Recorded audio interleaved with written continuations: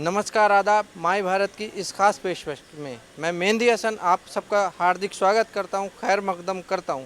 इस पेशकश को पेश करने के पीछे हमारा ख़ास मकसद है ऐसे ख़तीब, ऐसे अदीब, ऐसे शायर, ऐसे गायकों से आपको रूबरू कराना जिन्होंने अपने फ़नों से लोगों के दिलों पर राज किया है। ऐसे ही एक फ़नकार आज हमारे साथ मौजूद हैं।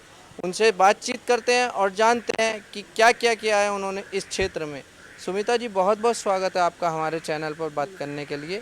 सबसे पहले तो आप मुझे ये बताइए कि आप गायकी के क्षेत्र में कब से हैं और आपने इस गायकी के क्षेत्र को ही क्यों चुना? देखिए, एक्चुअली मेरी तो वैसे हॉबी रही बचपन से ही, लेकिन फिर भी मैंने कम से कम 10-12 साल हो गए कि मैंने स्टार्ट किया। सबसे पहले तो संगीत की शिक्षा ली जिससे कि मैं कुछ बन सकूं, और मुझे मन भी था कि मैं संगीत के उस मुकाम को छूं जो कि मेरी मम्मी का सपना था। तो आज मैं उस मुकाम तक पहुंच गई हूं और मैं चाहती हूं कि आगे से आगे और भी कुछ ऐसी तरक्की करूं और साथ ही आप सभी लोगों का मनोरंजन करूं। लोग शौक़ और ज़ौक़ की वजह से गायक और शायर बनते हैं। क्या शौक़ और ज़ौक़ के अलावा कोई ऐसी वजह रही, कोई ऐसी बुनियादी वजह है जिससे आपने गायकी के क्षेत्र को चुना? देखिए, ऐसा है कि गायकी के क्षेत्र तो मैं जानती हूँ कि संगीत एक ऐसी चीज़ है कि कहते हैं मुर्दों में जान डाल देती है। इसीलिए मैंने सोचा कि संगीत से अच्छा कोई मेरे लिए ज़िंदगी में प्रोफ़ेशन नहीं है, क्योंकि ये हर तरह से मेंटली भी और हमारे फाइनेंशियली दोनों ही प्रॉपर रूप से हम इसको बहुत ही अच्छे से एंजॉय भी कर पाते हैं, और हमारे लिए बहुत ज़्यादा ही ये मददगार रही है। आप पिछले 10 साल से इस क्षेत्र में हैं। आपने अब तक किस-किस तरीके के गाने गाए हैं और कितने गाने आप अब तक गा चुकी हैं? देखिए, मैंने बहुत गाने गाए हैं और साथ ही मैं कुछ ख़ास गीत बता दूं जो कि मेरे कुछ एल्बम्स निकले हैं। एक मैंने अभी सावन में भोले की दीवानी यूकी से निकला है, यूट्यूब चैनल पे है, आप उसको देख सकते हैं। और साथ ही एक सांवरे सलोने करके श्याम बाबा के चरणों में मैंने एक अरदास रखी है। और साथ ही कई तरह के गाने, क्योंकि मुझे सारी ही लैंग्वेजें आती हैं, पंजाबी हो, मारवाड़ी हो, और मैं इसीलिए मायरे का फंक्शन हो या संगीत का फंक्शन हो, और अभी आप जहाँ खड़े हैं माता दुर्गा के चरणों में, यहाँ पे माता की चौकी है, ऐसे ही डांडिया नाइट, मतलब सारे ही फंक्शंस मैं अटेंड करती हूँ और करती हूँ खुद। तो मुझे बहुत अच्छा भी लगता है, एंजॉय भी करती हूँ, और मुझे जितने भी लोग मुझसे जुड़े हैं ये मुझे काफ़ी अप्रिशिएट भी करते हैं और मेरा बहुत सहयोग करते हैं। हर इंसान का कोई ना कोई आइडियल होता है। गायकी के क्षेत्र में कौन आपका आइडियल रहा? किसके अंदाज़ को आपने सबसे ज़्यादा अपनी गायकी में अपनाया है? देखिए, सबसे बड़ी आइडल तो मेरी मम्मी थी, क्योंकि उनका ही सपना था कि कुछ बनूं, और साथ ही उनको भी मन था कि स्टेज पर मैं गाऊं, क्योंकि उनकी आवाज़ बहुत ही मीठी थी, बहुत ही सुंदर थी। उन्होंने कुछ भी सीखा नहीं था, लेकिन बहुत अच्छा गाती थी। उनके ही सपने को मैंने सोचा कि चलिए क्यों ना आगे बढ़ाएं, और मैंने उन्हीं को आइडल मानकर आज मैं इस क्षेत्र में आई हूं और आगे से आगे बढ़ रही हूं। लेकिन अगर आप गायकी के क्षेत्र में सोचते हैं कि मैं किसको अपना आइडल मानती हूँ, साथ में गुरु मानती हूँ, तो भाई लखबीर सिंह लखा जी जो भजन सम्राट हैं, मैं उनके भजनों को बहुत सुनती हूँ और बहुत ही अच्छा गाते हैं। और मुझे लगता है कि भजनों में उनका जवाब नहीं, और उनके इतने इसीलिए इतना चाहने वाले भी हैं, इतने अच्छे दर्शक हैं।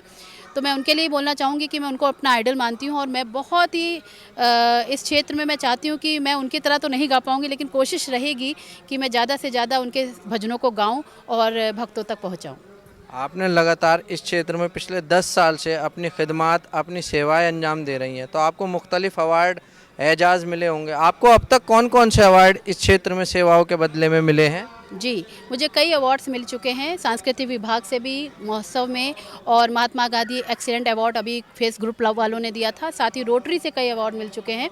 और ख़ासकर ये है कि गीत नाटक प्रभाग जो कि सांस्कृतिक विभाग है, उनसे भी मुझे कई प्रकार के अवार्ड मिल चुके हैं, सर्टिफिकेट मिल चुका है। और मैं चाहती हूँ कि दूरदर्शन केंद्र, और साथ में मैं भातखंडे कॉलेज से जुड़ी हुई हूँ क्योंकि मैंने वहीं से शिक्षा प्राप्त की है। तो मैं चाहूँगी कि बस मेरी ये कला सबके काम आए, और मैं आगे से आगे सबके दिल की धड़कन बनूं और गीत के ज़रिए उनके दिल तक पहुंचूं। पहले की गायकी में और अब की गायकी में क्या फ़र्क, क्या डिफरेंस आप देखती हैं?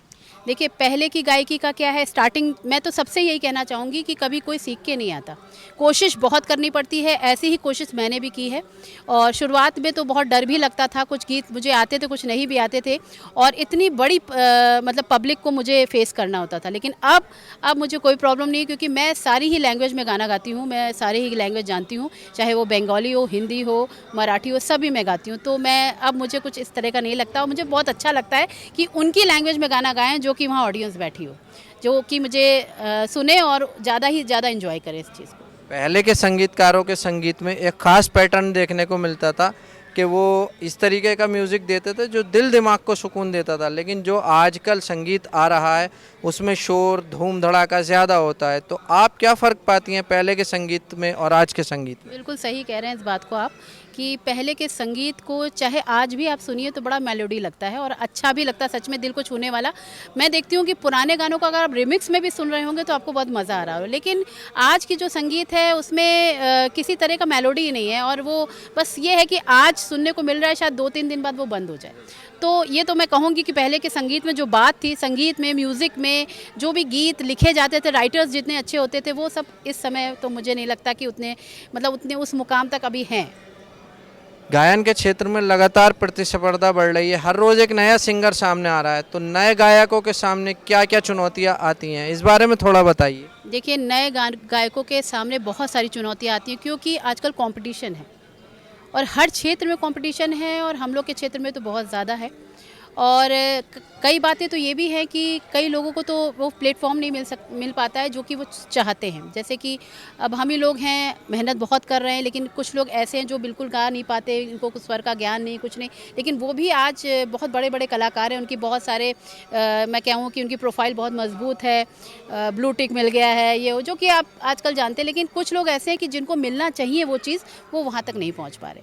जैसे कि मैंने ये भी देखा था कि कुछ दिन पहले यश भारती का सम्मान भी कई कलाकारों को हमारे मिला, आज से 5 साल पहले जब अखिलेश जी की सरकार थी तो मिला था। तो हम लोग यही एक्सपेक्ट करते हैं सरकार से भी कि हम लोग जो भी कलाकार इतने साल से जुड़े हैं उनको कम से कम उनकी मेहनत का कुछ तो फल मिले सरकार की तरफ से भी, क्योंकि हम लोग को अगर सरकार थोड़ा सा ध्यान देगी तो हम लोग शायद अपने आप को और सुधार पाएंगे और अपनी स्थिति को सुधार पाएंगे और आगे से आगे हम सबका मनोरंजन करेंगे। आपने अभी बताया कि आपको म्यूज़िक से, मौसीकी से इश्क है, तो क्या ये इश्क सिर्फ म्यूज़िक तक ही सीमित है या इस बला में आप खुद भी गिरफ्तार हुई हैं? नहीं, म्यूज़िक तो सच में मुझे इश्क इसलिए है क्योंकि म्यूज़िक ने मेरी ज़िंदगी संवारी है और आज तक मैंने म्यूज़िक से ही जो कुछ पाया है। आज मैं जिस जगह पे भी थी, लेकिन आज मैंने जो मुकाम पा लिया, सब कुछ मैंने उसी से बनाया। तो म्यूज़िक तो खैर सच में मेरा, आप सब कुछ कह लीजिए कि सब कुछ है मेरा म्यूज़िक। और साथ ही म्यूज़िक को मैं कभी अपने से जुदा भी नहीं करना चाहती, अलग भी नहीं करना चाहती। जब तक हूँ तो मेरे साथ म्यूज़िक जुड़ा रहे। आपका आने वाले एल्बम कौन कौन से हैं? देखिए अभी मैंने 2-3 रिकॉर्डिंग मेरी चल रही है और ज़्यादातर श्याम भजन मैंने रिकॉर्ड किए हुए हैं जिनको कि बस वीडियो बनवाना बाकी रह गया है। और इसके साथ साथ कई एल्बम्स मैं बॉलीवुड सॉन्ग्स के भी ला रही हूँ, लेकिन थोड़ा सा ये आपने देखा था कि बीच में कोरोना की वजह से हम लोग थोड़ा सा डिस्टर्ब हो गए हैं। लेकिन हाँ, बहुत जल्दी आपको नए नए सॉन्ग सुनने को मिलेंगे और मैं चाहूँगी कि वो सॉन्ग जल्द से जल्द आप तक पहुँचे और आप उसको सब्सक्राइब कीजिए, लाइक कीजिए। बहुत शुक्रिया आपका थैंक हमसे यू। बात करने के लिए। ये थी हमारे साथ सुमिता श्रीवास्तव, जो हमें बता रही थी कि म्यूज़िक एक आर्ट है, एक कला है, एक फ़न है जो लोगों को रोमांचित करने के साथ उनके दिल और दिमाग को सुकून भी देता है। इसलिए जब भी टेंशन में हो, म्यूज़िक का आनंद लीजिए और जाते जाते सुमिता श्रीवास्तव का ये गाना सुनते जाइए।